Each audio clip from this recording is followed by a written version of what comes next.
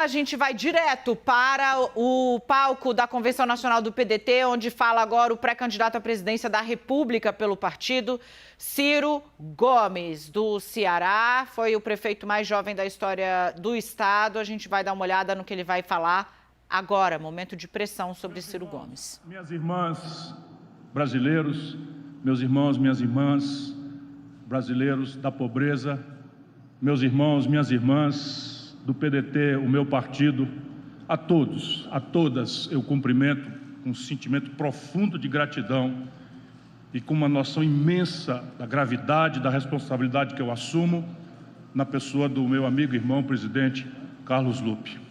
Eu sou daqueles, digo a vocês, que gostam de ver o sol nascer e de assistir à subida aos céus do aro flamejante da esperança. Eu sou também dos que gostam de ver o sol do meio-dia acender sobre o mundo a chama da rebeldia. Eu sou daqueles que não usam a noite propriamente para dormir, mas para sonhar e construir a aurora radiante de um novo dia.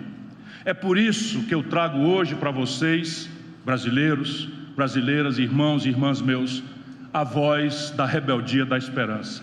Rebeldia e esperança são as duas únicas energias capazes de retirar o nosso Brasil das trevas e da estagnação aonde nos encontramos hoje. Elas têm que estar juntas e aliadas. Uma, separada da outra, não consegue, não alcança. A rebeldia sem esperança é a rebeldia sem causa. E a esperança sem rebeldia é um sonho que nasce, como muitos outros, moribundo. Mas quando se juntam rebeldia, esperança e um novo e generoso projeto nacional de desenvolvimento, está firmado um elo inquebrantável, uma corrente capaz de eletrizar o Brasil e levá-lo adiante. Mas essa não é uma tarefa isolada de um homem só, nem mesmo de um presidente. É de toda uma nação de pé, mobilizada para transformar profundamente o Brasil. De pé a cantar um hino de amor à rebeldia e um cântico de fé à esperança. Meus irmãos e minhas irmãs, mesmo que alguns não saibam e outros tentem esconder, o nosso Brasil foi sempre rebelde e esperançoso. Mesmo hoje, quando um aparente marasmo parece cobrir tudo, essa mistura de rebeldia e esperança está latente em atitudes e ações de heroísmo individual. É ela que anima a mãe solteira pelo Brasil afora, mãe solteira essa que se agarra à vida como uma leoa para defender seus filhos. É ela que dá energia ao trabalhador que acorda de madrugada, ainda escura, e parte para o trabalho espremido nos ônibus, nos metrôs velhos e desconfortáveis. É ela que move os milhões de empreendedores individuais que enfrentam todos os obstáculos para manter os seus negócios. E quando fracassam, recomeçam tudo outra vez e outra vez e outra vez. É ela que dá força ao pequeno produtor rural, que se recusa a irrigar sua lavoura com lágrimas e prefere irrigá-la com o suor do seu trabalho honesto e da sua mão calejada. É ela que alimenta o estudante pobre, ávido de conhecimento, a desafiar sem medo a falta de dinheiro e até de tempo para estudar. É ela que energiza o crente em Deus, como eu, que lança suas preces ao céu, mas que sabe que a primeira redenção se dá aqui na terra com o trabalho honesto e produtivo. Essa poderosa energia vem dos primórdios da nossa história brasileira. Lutamos contra diversos opressores em busca da nossa liberdade. Lutamos contra a escravidão em dezenas de rebeliões de negros brilhantes e destemidos. A esperança nos batizou mesmo antes que nascêssemos como nação. Ela foi o signo da profecia de que nessa terra nasceria uma nova civilização, de que aqui seria o laboratório do Espírito Santo, de que aqui se misturariam todas as raças e todas as culturas, dando uma nova feição de humanidade ao próprio mundo. A parte principal destas profecias ainda está por se cumprir. Só depende de nós, entretanto, fazer com que tudo isso se materialize mais rápido. Eu quero ser o presidente deste lindo povo, para juntos ajudarmos a acelerar o cumprimento destas e outras profecias generosas. Quero ajudar o Brasil a libertar-se das garras do ódio e da mediocridade paralisantes. Ajudar o Brasil a retomar o seu destino e colocá-lo no centro das decisões mundiais. Quero ser o presidente da rebeldia da esperança. Minhas irmãs e meus irmãos, são imensos os desafios que o mundo tem pela frente. Buscar novas formas de defesa ambiental, novos modelos econômicos, novas formas institucionais para a própria política, novas formas de relação de trabalho, novas tecnologias, novo modelo de relação entre as nações, além da emergente e imponderável questão sanitária, trazida pela essa pandemia, que parece longe de se acabar, embora eu ore todos os dias para que ela proteja a nação brasileira e ore também para que Deus conforte as quase 650 mil famílias e seus amigos que perdemos tanta gente, não só pela fatalidade da pandemia, mas pela irresponsabilidade dos nossos governantes. Por força dessa pandemia, inclusive, estamos fazendo essa nossa convenção de forma virtual. No Brasil, como a maioria dos nossos políticos não tem rebeldia, nem trazem esperança nenhuma, esses desafios são particularmente gigantescos. Muitos dos pretensos líderes vivem imersos em uma bolha, desculpem dizer, de picaretagem, oportunismo e ignorância, e a apologia de ignorância, o que faz com que não pensem e nem formulem novas ideias. Na verdade, o centro do mundo deles é a subserviência vergonhosa aos seus patrões, que sempre lucram nas costas do povo.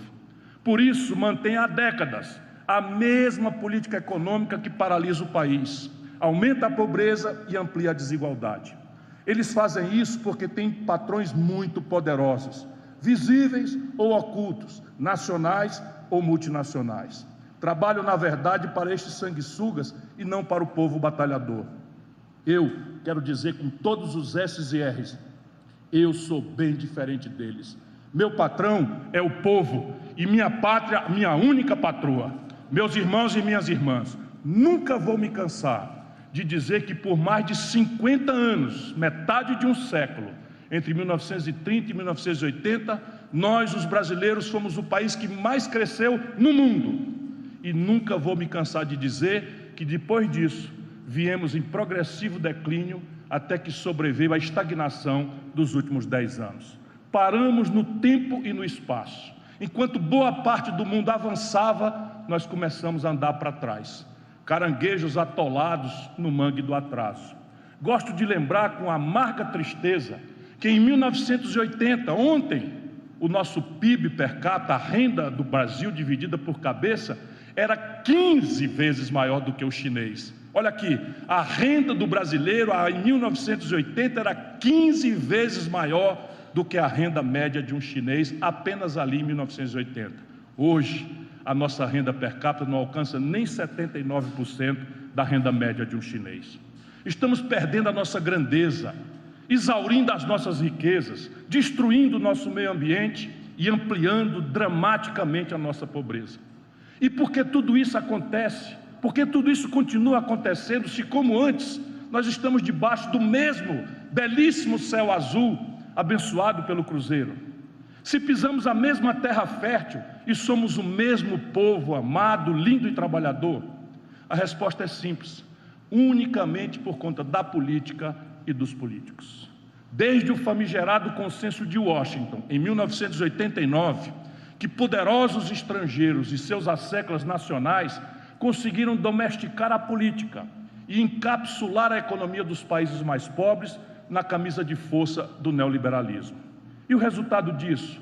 Fracasso sobre fracasso, tragédia sobre tragédia, desemprego, fome, desmantelamento de indústrias e de estados nacionais, explosão de refugiados a vagar perdidos pelo mundo. Aqui no Brasil, estagnação completa ou crescimentos curtos e enganadores. Verdadeiros voos de galinha, como tenho falado, para a renda e consumo do povo, e permanentes voos de abutre para os rapinadores. Lucros imensos, sem igual no mundo, para os especuladores financeiros e migalhas, poucas migalhas, para os pobres. Em ridículas políticas compensatórias que, ao invés de os envergonhar, servem curiosamente de orgulho e basófia para alguns que se dizem de esquerda. Até o termo de esquerda foi corrompido no nosso país. Nos empurraram para o quintal do mundo e nós aceitamos. Um quintal sem tecnologia, sem mão de obra qualificada, sem mercado internacional de manufaturados, com uma indústria nacional enfraquecida. E nós aceitamos. Nos mergulharam num primitivismo produtivo e educacional. E nós aceitamos. Sem inclusão produtiva e qualificadora, sem participação nas decisões internacionais, e nós aceitamos. Sem condições de explorar suas próprias riquezas, sem gerar poupança interna e dependendo sempre do capital especulativo internacional, a quem ofereceríamos lucros com os maiores juros do mundo, e nós aceitamos. Que triste espelho em que nos miramos, que régua estreita é aquela com a qual nos medimos. Tantos erros, enganação e manipulação grosseira só poderiam resultar nessa tragédia que é o governo Bolsonaro. Minhas irmãs e meus irmãos, hoje estamos entre os países mais desiguais e que menos crescem no mundo, com um dos maiores índices de desemprego e com um dos menores níveis de qualidade de ensino do planeta Terra.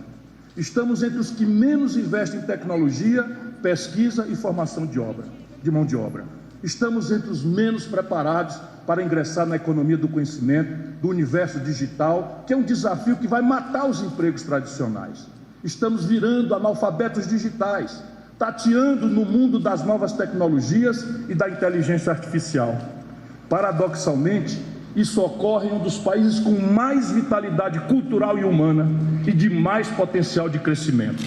A incompetência de Bolsonaro apenas agravou uma situação que piorava ano após ano. E a pandemia em si mesmo e em sua má gestão, como já falei, apenas sacudiu instrumentos, políticas e instituições já carcomidas por décadas. E foi potencializada criminosamente pela política genocida que já nos ceifou, como já disse, e é preciso lembrar dessas pessoas e não esquecer o que deu causa a essa tragédia. Mais de 620 mil vidas perdidas. Eu tenho que perguntar, é este o legado de longo prazo deixado por partidos ditos de esquerda e de centro-esquerda que ocuparam o poder no Brasil por mais de 20 anos?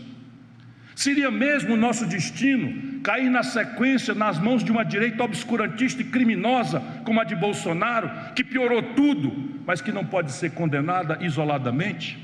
Será que seria exagero dizer que os presidentes, apesar de diferentes em muitas coisas, foram iguaizinhos em economia?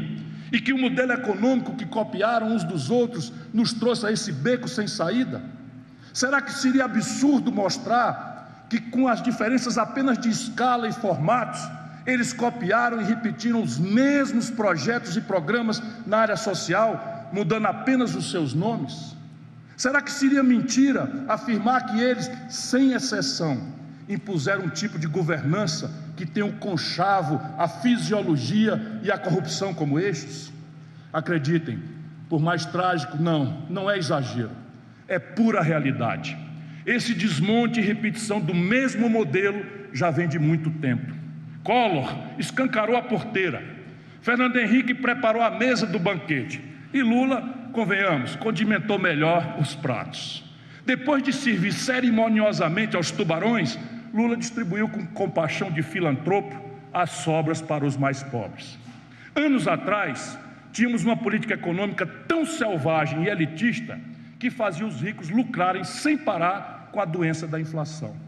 Por isso levaram tantos anos se beneficiando dela e através dela.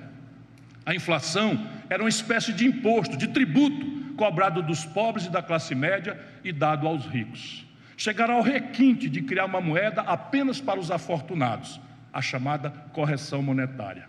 Quando este ciclo se exauriu, quando fizemos ali o Plano Real, encontraram uma fórmula engenhosamente perversa de contê-la, transformando os juros em falsa panaceia anti-inflacionária, mas que na realidade não passava e não passa de uma máquina poderosa, absurda, de gerar lucros para o setor financeiro e de muleta para a falta de poupança interna do país. É igualmente uma máquina cruel de triturar o corpo e o espírito dos setores produtivos, em especial do setor industrial que está morrendo. Além de escravizar no crediário extorsivo e na dívida aterradora os consumidores pobres e da classe média. O signo máximo dessa época é o tal tripé macroeconômico: meta de inflação, câmbio flutuante e superávit primário. Essa foi a política produzida por Fernando Henrique, por Lula, por Michel Temer, por Bolsonaro, apesar de tanta diferença de discurso, de cor de bandeira, de retórica, de propaganda. Esta é a chave de inteligência do problema brasileiro. Esse tripé deveria, claro, ter sido uma solução temporária e de transição, mas que permanece até hoje, proibindo definitivamente o país de crescer. Não satisfeitos, eles continuam a enganar letrados e iletrados, repetindo a mentira de que não há outra solução senão esta. Entre 1980 e 2010, perdemos a vocação para o crescimento. E entre 2010 e 2020, o país cresceu zero, pela primeira vez em 120 anos. Pela primeira vez em 120 anos, o Brasil passou uma década inteira sem crescer absolutamente nada. Mas em lugar de terem antevisto e evitado esse desastre, fazendo as reformas estruturais que todos sabemos quais são, eles preferiram, por comodismo político, jogo eleitoreiro e transações escusas, manter o modelo econômico equivocado. Meus irmãos e minhas irmãs, aproxima-se o momento eleitoral e eles repetem estas velhas mentiras econômicas e as mesmas velhas mentiras políticas. Mais uma vez querem anestesiar os brasileiros, dizendo que é melhor eleger quem vender uma falsa paz e amor, do que alguém que desafie e proponha mudanças profundas nesse modelo que nos aprisiona.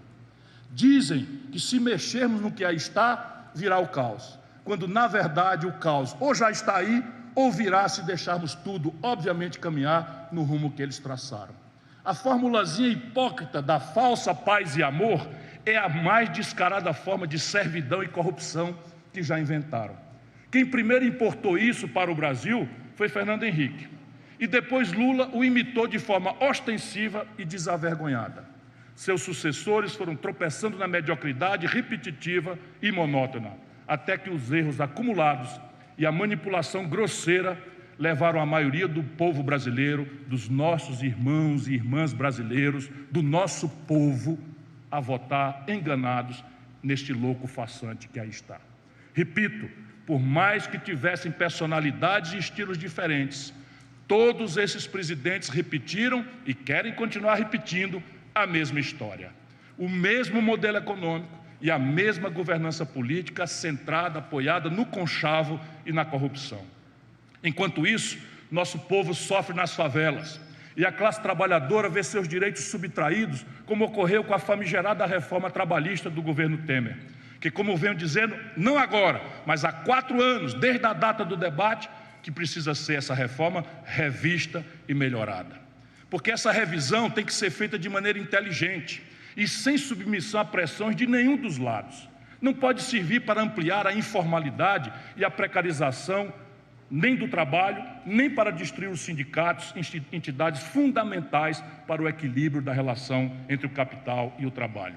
Tampouco, entretanto, pode essa revisão servir de cessão a ativismos desenfreados de corporações ou mesmo fechar os olhos para as novas realidades dos mercados mundial e nacional e pelas práticas que exigem flexibilidade neste mundo digital desafiador que temos que debater no Brasil. A confusão entre o público e o privado é um dos traços mais arraigados e onipresentes na vida brasileira. Isso vem de muito tempo, passando de presidente a presidente até chegar ao famigerado Jair Bolsonaro. Todos lançaram seus juramentos e compromissos no fogo da volúpia e aliaram-se ao que havia e há de mais sórdido na política. Mentiram e mentem, dizendo que esta é a única forma que se tem para governar. Na verdade, é o triste refúgio dos que governam de costas para o povo, sem ouvi-lo e sem buscar o seu apoio consciente, lúcido, organizado, porém permanente. Alguns vendem agora uma falsa versão de união nacional, cujas pontas do iceberg são as manobras feitas para substituir a vontade do eleitor por acordos de cúpula. Essa é a jogada. Acertar Chico com Mané e Maria, pouco interessa as ideias, as propostas, os acordos, tem que fazer tudo para que o povo não participe da discussão do seu próprio destino. As uniões nacionais são lindas, históricas, quando feitas em torno de projetos precisos, transparentes e corretos. e profundamente desastrosas na história da humanidade, quando feitas em torno de conchavos, de acordos de poder pelo poder ou de ideias românticas e memória afetiva supostamente generosas, mas insinceras e comprometidas em suas origens e essência. Na história do mundo, algumas uniões nacionais feitas às pressas contra o inimigo comum confundiram a percepção correta dos personagens. Era fácil enxergar o inimigo a combater, mais difícil, porém, de distinguir o projeto e o melhor aliado a se aproximar. Minhas irmãs e meus irmãos, desculpe se estou sendo um pouco extenso, mas esse é um documento de honra que eu quero assinar com o povo brasileiro, nessa hora em que meu partido traz às minhas mãos, e peço a Deus que eu tenha altura e capacidade de estar à altura dos que me antecederam na construção deste projeto de Brasil. Nós sabemos bem quais são os inimigos a combater.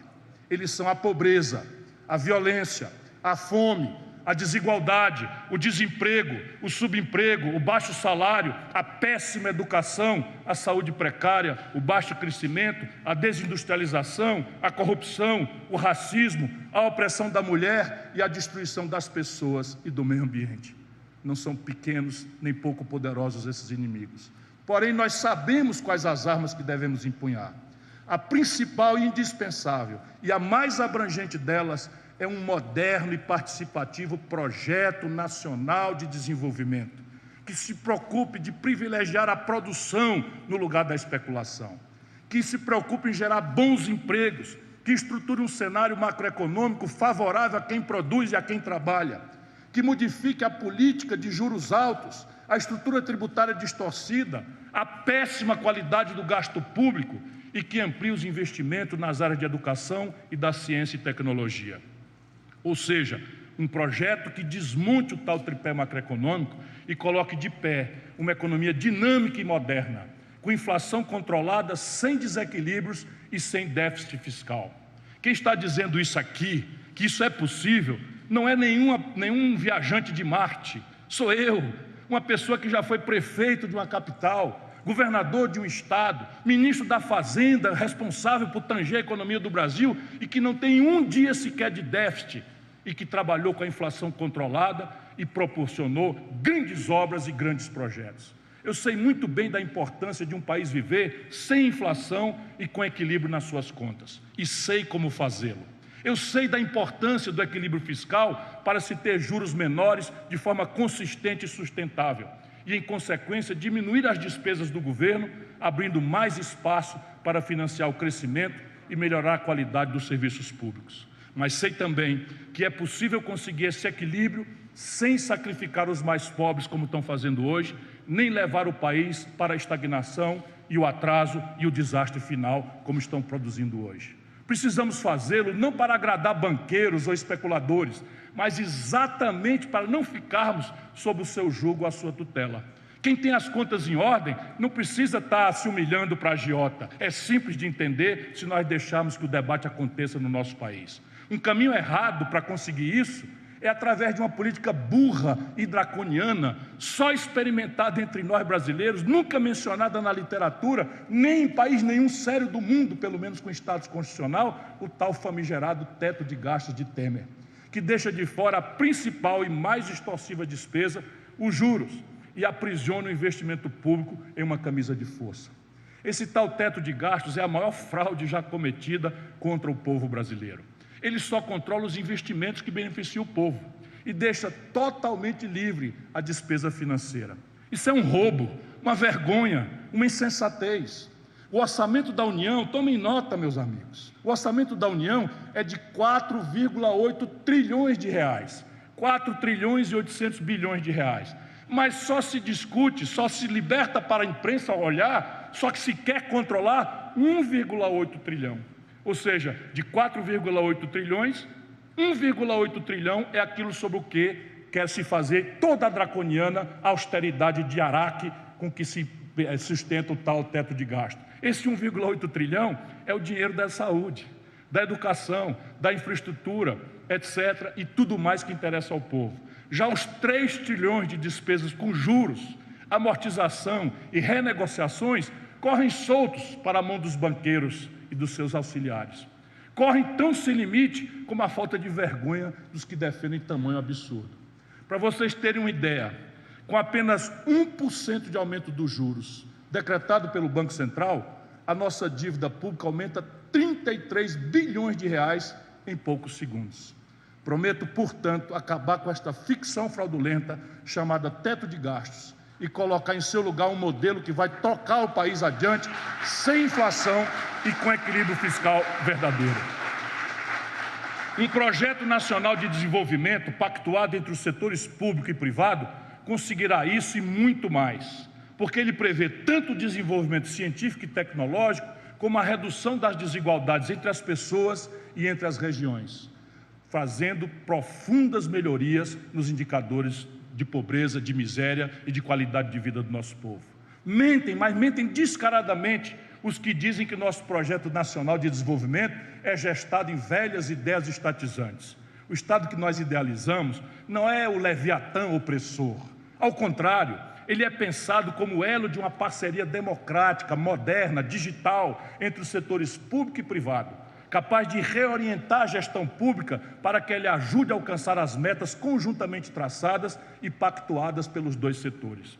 Um setor público que seja um ente dinâmico e moderno, que atue de forma matricial, monitorando e cobrando resultados e premiando o bom desempenho. É este, aliás, só não querem ver aqueles que não querem que o povo brasileiro saiba da verdade que está acontecendo no mundo. É este o caminho que nós estamos propondo, que estão trilhando as principais economias capitalistas do mundo, tanto mais agora como reação às sequelas da pandemia. Os americanos, a Alemanha, a França criaram planos recentes para recuperar as suas indústrias e as suas posições na economia mundial, incluindo elevados gastos em infraestrutura, pesquisa e desenvolvimento e meio ambiente. Por que então ficarmos na contramão do mundo, como os últimos teleguiados pelas balelas do neoliberalismo?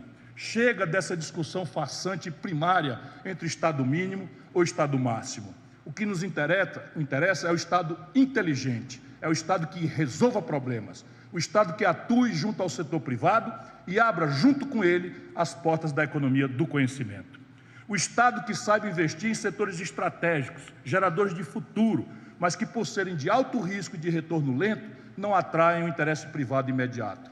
Meus irmãos e minhas irmãs, eu sei que eu estou me alongando um pouco, peço a sua paciência, mas isso é um documento, porque o Brasil pode ganhar qualquer um de nós uma eleição. Está aí o Bolsonaro, sem história, sem projeto, sem realização, um verdadeiro boçal, virou presidente de uma das maiores democracias do mundo. Portanto, ganhar a eleição não é a questão é discutir as causas do problema, porque qualquer um pode ganhar a eleição, mas para mudar o Brasil é preciso criar uma corrente lúcida que faça com que o nosso povo pare de acreditar em Salvador da Pátria, Chico, Manel, Maria e discuta ideias com a sua perenidade e a sua participação no dia seguinte da eleição. Eu sou talvez o pré-candidato que mais fala de macroeconomia e o único que tem um plano delineado e publicado em forma de livro para ser discutido com a sociedade. Mas eu quero também ser o candidato que anuncia com transparência e coragem, com rebeldia e com esperança, atos práticos, concretos, para melhorar a vida das pessoas e do país. Por isso eu vou reafirmar aqui em alto e bom som: eu taxarei sim as grandes fortunas, eu cobrarei sim impostos sobre lucros e dividendos, eu modificarei sim a estrutura tributária para acabar com a pouca vergonha e a injustiça do pobre e da classe média brasileiros pagarem mais impostos do que os ricos, e para poder desonerar compensatoriamente a produção de forma seletiva e bem planejada, acabando o festival de desonerações sem controle e sem retorno. Só esse ano, enquanto o povo amarga a pobreza, a miséria, a fome, 350 bilhões de reais de imposto devido são dispensados de cobrar pelo governo só este ano, sem qualquer avaliação de retorno, porque incentivo fiscal é importante se houver retorno. Mas no Brasil, filé mignon, salmão, queijo suíço são isentos de imposto, e o dinheiro que se dispensa só desses 3 itens do luxo das classes abastadas e ricas, bota 1 milhão de crianças numa creche em tempo integral. Esse é o problema, eu sei aonde está o dinheiro. Podem tremer de medo os apenas 50 mil privilegiados desse sistema injusto de impostos, e podem vibrar de esperança, os mais de 210 milhões de brasileiros que serão beneficiados. Eu vou resolver, sim, o endividamento de 63 milhões de brasileiras e brasileiros humilhados e prisioneiros do SPC e do Serasa. Podem tremer de medo as 5 ou 6 famílias de banqueiros e os poucos milhares de especuladores que lucram com essa escravidão e com a humilhação do nosso povo. E vibrem de esperança milhões e milhões de pais de família e todo o setor produtivo que se beneficiarão com a recuperação do poder de compra e do crédito dos trabalhadores. Eu mudarei, sim, a criminosa política de preços e de gestão da Petrobras. Podem tremer de medo os tubarões que dela se apossaram e querem tomá-la em definitivo dos brasileiros. Mas vibrem de alegria milhões e milhões de compatriotas que pagarão combustível mais barato e poderão gritar de novo: o petróleo é nosso. Quero ser o presidente capaz de corrigir os desvios macroeconômicos e de traduzir imediatamente seus resultados em obras e projetos. Por isso faço questão de antecipar aqui, pedindo perdão a vocês por lhes abusar da paciência, mas eu faço questão de antecipar aqui algumas propostas bem concretas. Lançarei um plano emergencial que está estudado de pleno emprego para abrir 5 milhões de vagas nos 2 primeiros anos de governo. Lançarei o programa Internet do Povo para facilitar o acesso da população pobre à internet com financiamento de smartphones, fazendo disso uma ferramenta de política industrial que será explicada. Vou financiar smartphones em até 36 meses sem juros, Wi-Fi gratuito em áreas comunitárias dos bairros mais populosos e nas pequenas cidades mais pobres. Promoverei cursos de capacitação em informática, gratuitos e online, e cursos profissionalizantes e gratuitos de games. Implantarei um modelo que funciona muito bem hoje no Ceará e quero saudar aquele que é o maior responsável por tudo, que me alegra de sua presença aqui, o senador Cid Ferreira Gomes, que deu início a essa grande revolução. Nós vamos implantar no Brasil o modelo Minha Escola, Meu Emprego, Meu Negócio, unindo ensino, trabalho e assistência profissional, além de garantir, como já fazemos no Ceará, estágios remunerados pelo governo para a juventude começar a sua vida profissional. Construirei escolas de tempo integral nos bairros mais pobres e populosos das grandes cidades, assim como Brizola fez e assim como no Ceará avançamos para universalizar. Implantaremos um programa de reforma urbana e de regularização fundiária para legalizar a posse do terreno e da casa, entre outras ações, junto a um projeto para financiar em 10 anos a reforma de moradias populares com a contratação de mão de obra preferencialmente da própria família ou da comunidade. Implantaremos o programa Renda Mínima Universal Eduardo Suplicy, englobando os pagamentos feitos pelo Auxílio Brasil, o Seguro-Desemprego e a Aposentadoria Rural, com status constitucional para acabar com esta verdadeira e criminosa manipulação da sorte do nosso povo mais pobre, que a cada véspera de eleição se ameaçar tomar esse benefício ou tentar manipulá-lo trocando de nome para tentar recriar emulações para que o nosso povo perca a sua liberdade de votar sem precisar depender de ninguém. Vamos voltar a criar no Brasil estoques reguladores de feijão, arroz e outros cereais e alimentos para baixar o preço da comida. E vamos garantir gás de cozinha pela metade do preço para famílias de renda mensal de até 3 salários mínimos. Daremos uma atenção super especial e prioritária à defesa do meio ambiente. A nossa pauta ambiental tanto será um instrumento vigoroso de proteção dos nossos ecossistemas, como de oportunidade de investimentos para o Brasil. Isso através do incentivo ao desenvolvimento de novas fontes de energia, a reorientação do uso do petróleo, alterações na forma de produzir carnes e outros alimentos, enfim, a implantação de uma moderna infraestrutura de baixo uso de carbono. Saberemos provar e convencer a todos os brasileiros, mas especialmente aos nossos irmãos da Amazônia, que são 40 milhões de irmãos e irmãs nossas, que a floresta em pé vale incomparavelmente mais do que a floresta derrubada. E de que da nossa Amazônia sairão, por exemplo, os novos remédios que irão revolucionar a farmacologia mundial. Minhas irmãs e meus irmãos, há um problema grave que não posso deixar de mencionar, ainda que lhes abusando da paciência, mas esse é um problema que afeta grave e seriamente o nosso país.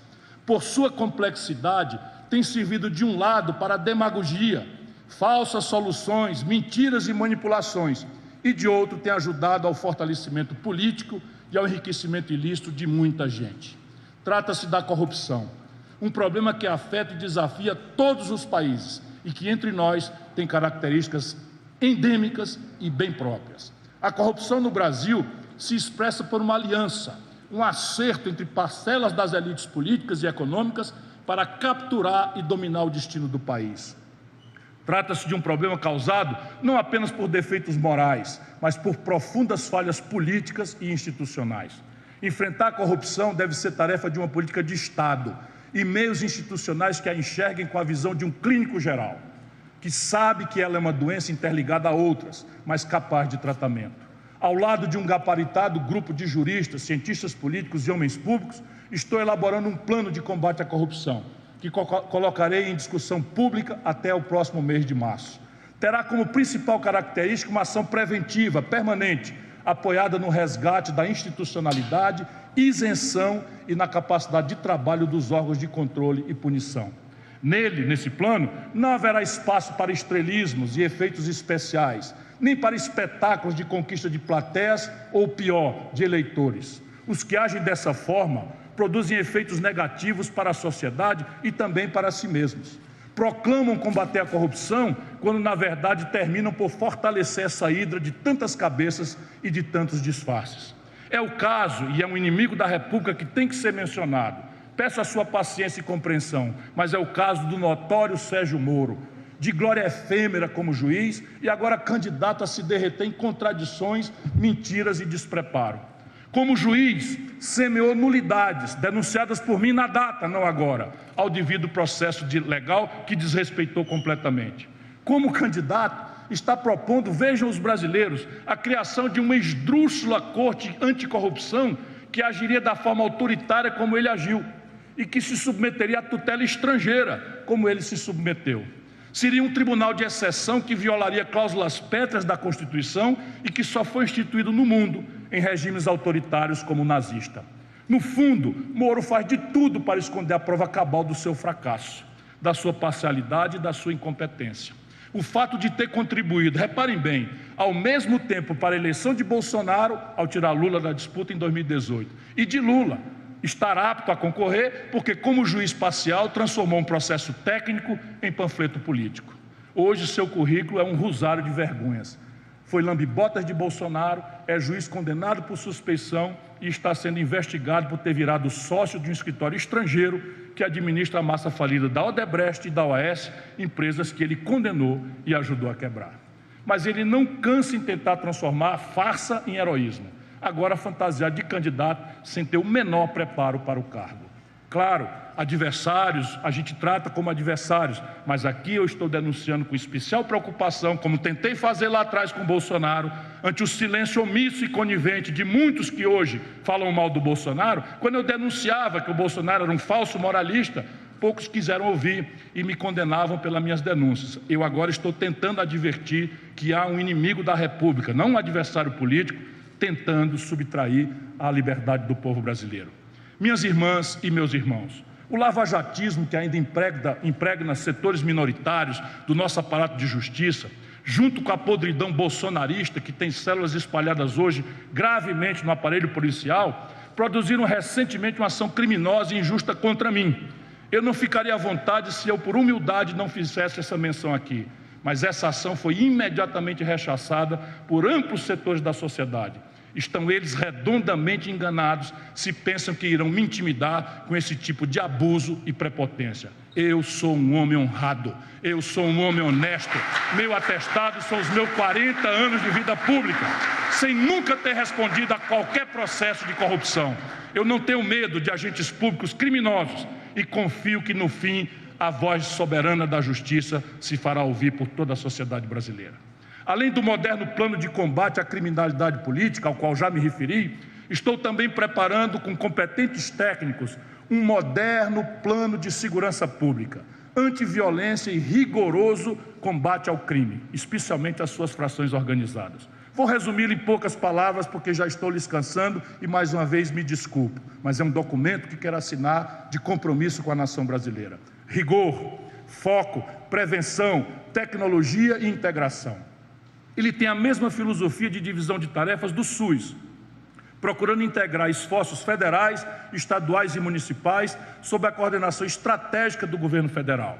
Na parte tecnológica, que será uma das principais responsabilidades do governo federal, vamos implantar um eficiente sistema de megadados, através de uma superplataforma que integrará fichas criminais, banco de DNA, sistema de reconhecimento facial, monitoramento online de áreas estratégicas e aperfeiçoamento dos radares das nossas fronteiras. Vamos incrementar também um programa de fortalecimento e modernização da Polícia Federal e da Força Nacional de Segurança.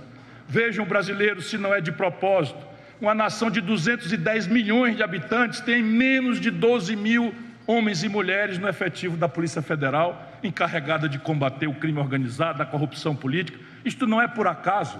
Não se aparelha, e eu vou assumir o compromisso claro de aumentar esse contingente, modernizar e equipar os modelos de treinamento e sofisticação tecnológica, o que houver de mais avançado no mundo, a estrutura de segurança pública do Brasil terá para botar a mão firme na cabeça do crime organizado. Esse plano, que enfrentará com rigor a criminalidade, tanto de forma preventiva como repressiva, não repetirá os gravíssimos erros do governo Lula, que optou por copiar dos americanos a política de encarceramento em massa de jovens pobres e negros, sem nenhuma institucionalidade nova para combater os chefões do crime organizado, as facções criminosas, as milícias que se entranharam nas polícias e sem ir à raiz do problema da criminalidade. Tampouco terá a demagogia criminosa e faccesca de Bolsonaro, que quer transferir parte do trabalho da polícia para o braço armado do próprio cidadão. Minhas irmãs e meus irmãos, nada mais rebelde e esperançoso do que uma verdadeira democracia. Uma democracia dinâmica, de alta intensidade e plena de instrumentos institucionais capazes de garantir os direitos individuais e coletivos. Uma democracia capaz de diminuir as desigualdades e garantir a busca quase utópica da igualdade plena.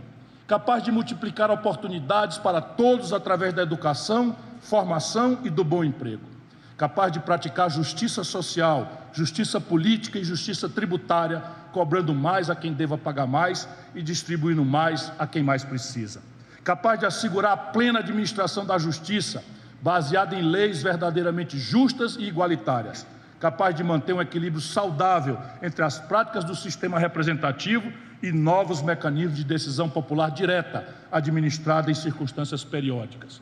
Prestem bem atenção nisso. Aqui está a chave da solução dos impasses que o presidencialismo de crises brasileiro produziu. Não é a corrupção, a fisiologia, se entregar aos centrões e às corrupções dos orçamentos secretos. Nós precisamos chamar o povo, periodicamente, para esse exercício que o mundo moderno inteiro já faz, que é chamar o povo para mediar os conflitos.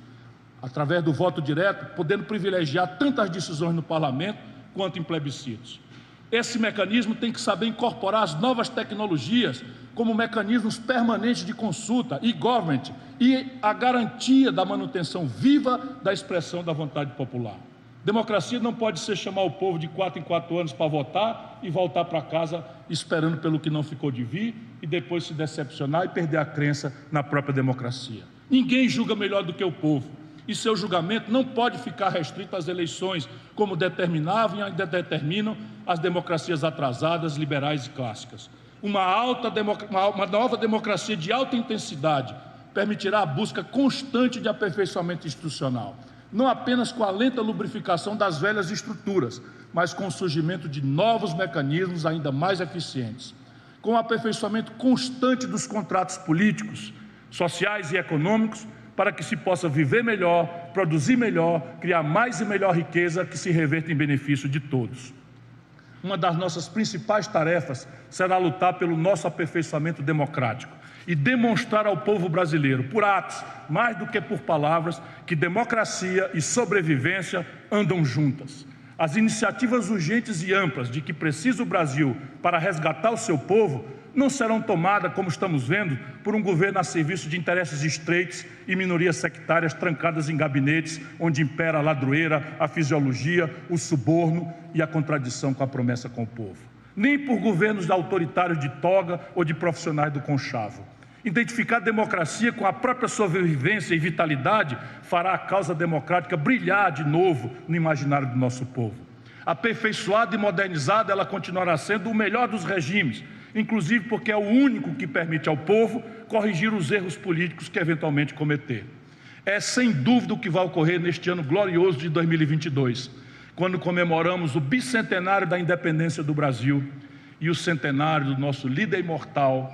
Vejam que honra este brasileiro tem, meu colega governador, meu mestre, meu amigo, e que me deu a honra de ter me apoiado na minha candidatura à presidência do Brasil em 2002. Estou falando de um dos maiores brasileiros da nossa história moderna, o nosso líder imortal, Leonel de Moura Brizola, cujo centenário comemoraremos amanhã, ainda que todas as homenagens que lhe preparamos sejam poucas e tenham que ter sido adiadas por respeito aos protocolos da Covid. Mas não nos faltará ocasião para demonstrar o apreço, por gratidão a tudo que ele representa, mas acima de tudo para trazer o exemplo de Brizola para a juventude brasileira voltar a crer que a política não é um pardieiro de bandidos, não é um pardieiro de pilantras e um universo dos mentirosos e demagogos, é o lugar também de heróis cuja vida jamais será esquecida. Leonel Brizola, meu velho amigo, você está nos vendo aí de cima, junto de Dona Neuza,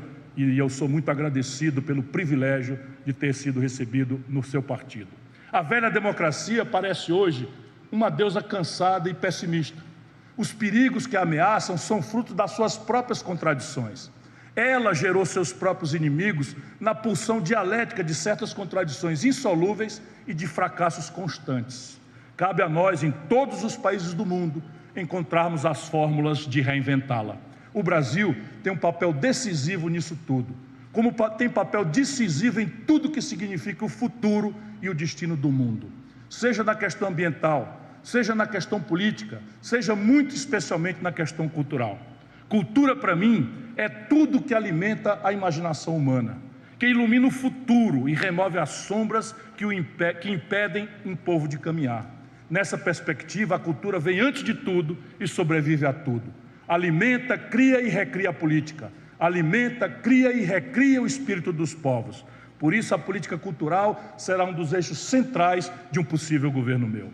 Minhas irmãs e minhas irmãs, repito, não é porque eu estou cansado, porque não estou, repito, minhas irmãs e minhas irmãs, minha cara amiga Elina, quero governar com todos os brasileiros, mas principalmente com e para vocês, queridas e heróicas mulheres do Brasil. Vocês são 52% da população e, mesmo assim, são sistematicamente esquecidas e humilhadas. São vítimas do subemprego, da violência, da dupla jornada e da discriminação. Vocês, bravas e competentes mulheres brasileiras, continuam a pleno século XXI a ganhar 23% a menos do que os homens para fazer o mesmo trabalho com a mesma jornada. Esse absurdo tem que ser corrigido. O Brasil é o 5º país com mais feminicídios e o penúltimo país da América Latina em cargos políticos ocupados por mulheres. Esse quadro tem que ser revertido. O Brasil tem que ter a consciência e o orgulho de ser um país feminino. Com novas ideias, trabalho, paz, coragem e liberdade, o Brasil vai aprender a respeitar as mulheres e a garantir os seus direitos.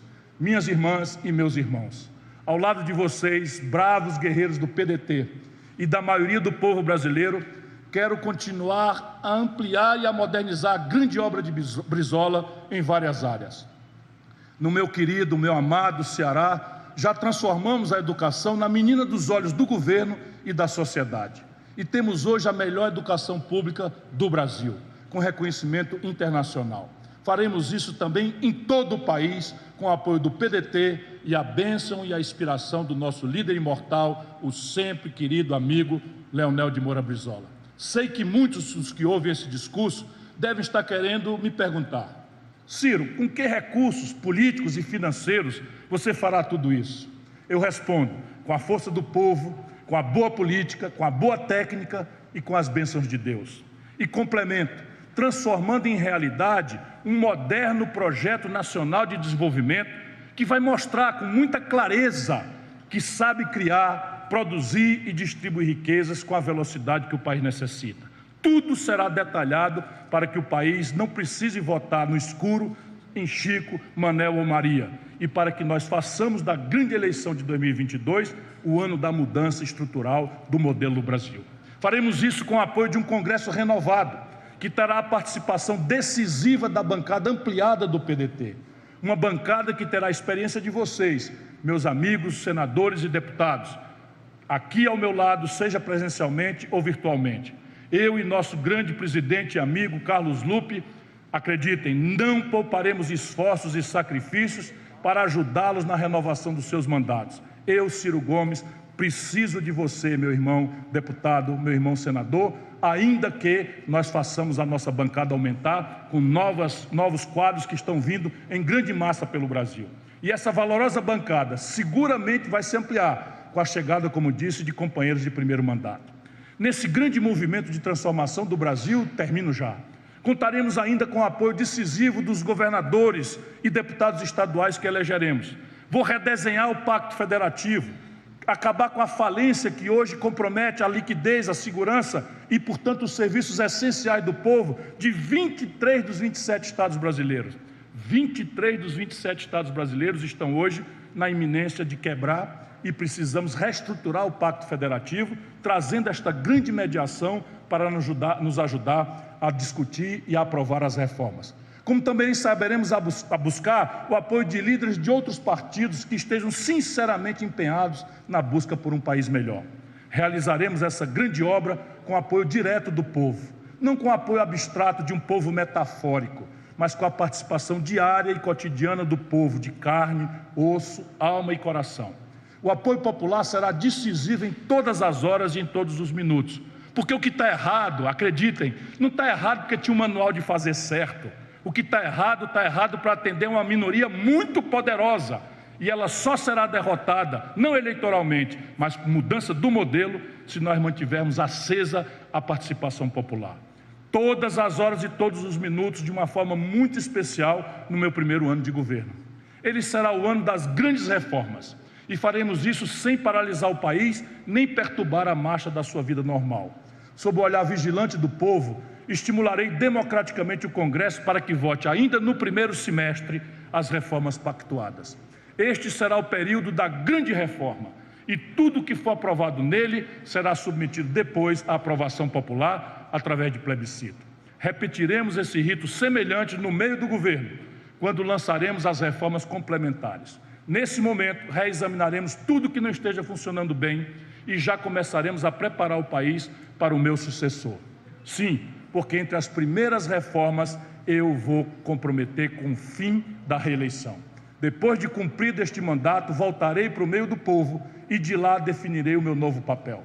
Minhas amigas e meus amigos, para encerrar, pedindo desculpas por ter lhes abusado da paciência e da atenção, mas é um documento que eu quero assinar com o povo brasileiro. É uma convocação dos meus ilustres adversários para que nós debatamos as causas que nos trouxeram essa tragédia, porque só aí encontraremos as pistas da grande mudança que nós precisamos, envolvendo o nosso povo. Ganhar a eleição, qualquer um ganha. Está aí o Bolsonaro, com todo o descalabro e a boçalidade, ganhou a eleição. Nós precisamos aprender a lição amarga de termos passado o que estamos passando, tantos mortos, porque não cuidamos de envolver o nosso povo de forma lúcida, na consciência dos nossos problemas. Deixamos o nosso povo acreditar numa vingança, não é, contra a corrupção, contra a crise econômica, e aí está o dissabor grave que para muitos foi o fim da sua própria vida. Para encerrar, eu quero renovar minha crença na rebeldia e na esperança encarnadas do povo brasileiro. O Brasil não precisa de uma simples faxina, maquiagem ou puxadinhos, como defendem os meus ilustres concorrentes. A nação deseja profundamente mudar, não apenas o nosso modelo político e econômico, mas também o regime moral. Somos o único que pode mudar o modelo econômico e a forma velha e corrupta de governar, porque temos projeto, coragem e experiência. Vamos, minhas irmãs, vamos, meus irmãos, colocar nossa pátria de pé em um grande movimento de rebeldia e esperança. Vamos arrancar a pedra de gelo que parte do Brasil ainda tem no peito e transformá-la em água para dar de beber a quem tem sede de vida e de justiça. Darei até a última gota do meu suor e do meu sangue, se for necessário, da minha energia nessa missão histórica. Eu sou rebelde porque me recuso a perder a esperança. Eu tenho esperança porque sou rebelde. É assim, juntos e iguais, que vamos mudar o Brasil. Que Deus nos abençoe, que Deus abençoe a grande nação brasileira. Uma hora de discurso de Ciro Gomes, esse tomadão vai derrubar teto de gasto, taxar grandes fortunas, taxar lucros, fez um vendaval aí, criticou bastante gente, Bolsonaro bastante, Lula en passant e Sérgio Moro foi taxado de inimigo da República.